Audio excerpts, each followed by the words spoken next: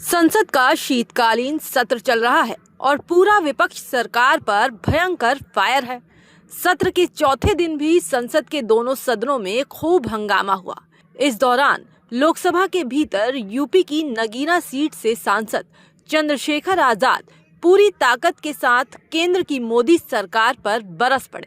सदन के अंदर भीम आर्मी चीफ कुछ इस तरह दहाड़े कि उनका गर्दा भाषण वायरल हो गया है।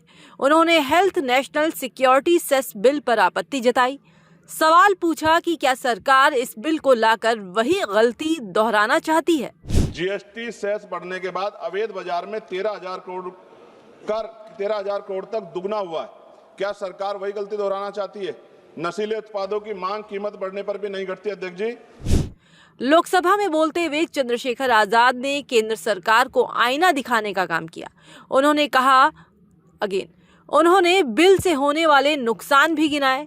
कहा कि पान मसाला और तंबाकू उद्योग पर नया सेस लगाना गरीबों पर सीधा बोझ लगाने जैसा है। इससे उनकी सेहत पर भी असर पड़ेगा। पान मसाला जैसे उत्पाद एडिक्टिव है।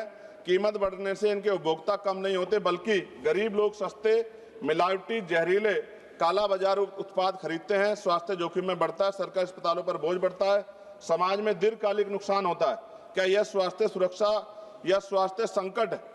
राज्यों को उनका संवैधानिक हिस्सा न मिलना, इससे उपकर नॉन डिविजिबल है। इसका अर्थ है राज्यों को इसमें से ₹1 का भी हिस्सा नहीं मिलेगा। केंद्रवाद बढ़ेगा। नगीना सांसद ने बिल को गरीब विरोधी और उद्योग विरोधी करार दिया।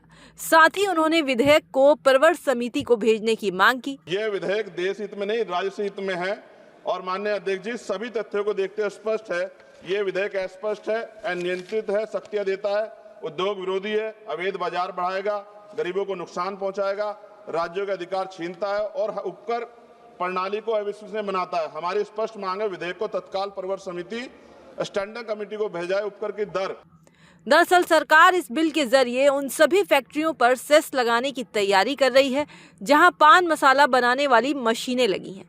अब बिल पास होता है या विपक्ष की आपत्तियां असर दिखाती हैं, ये देखना दिलचस्प होगा।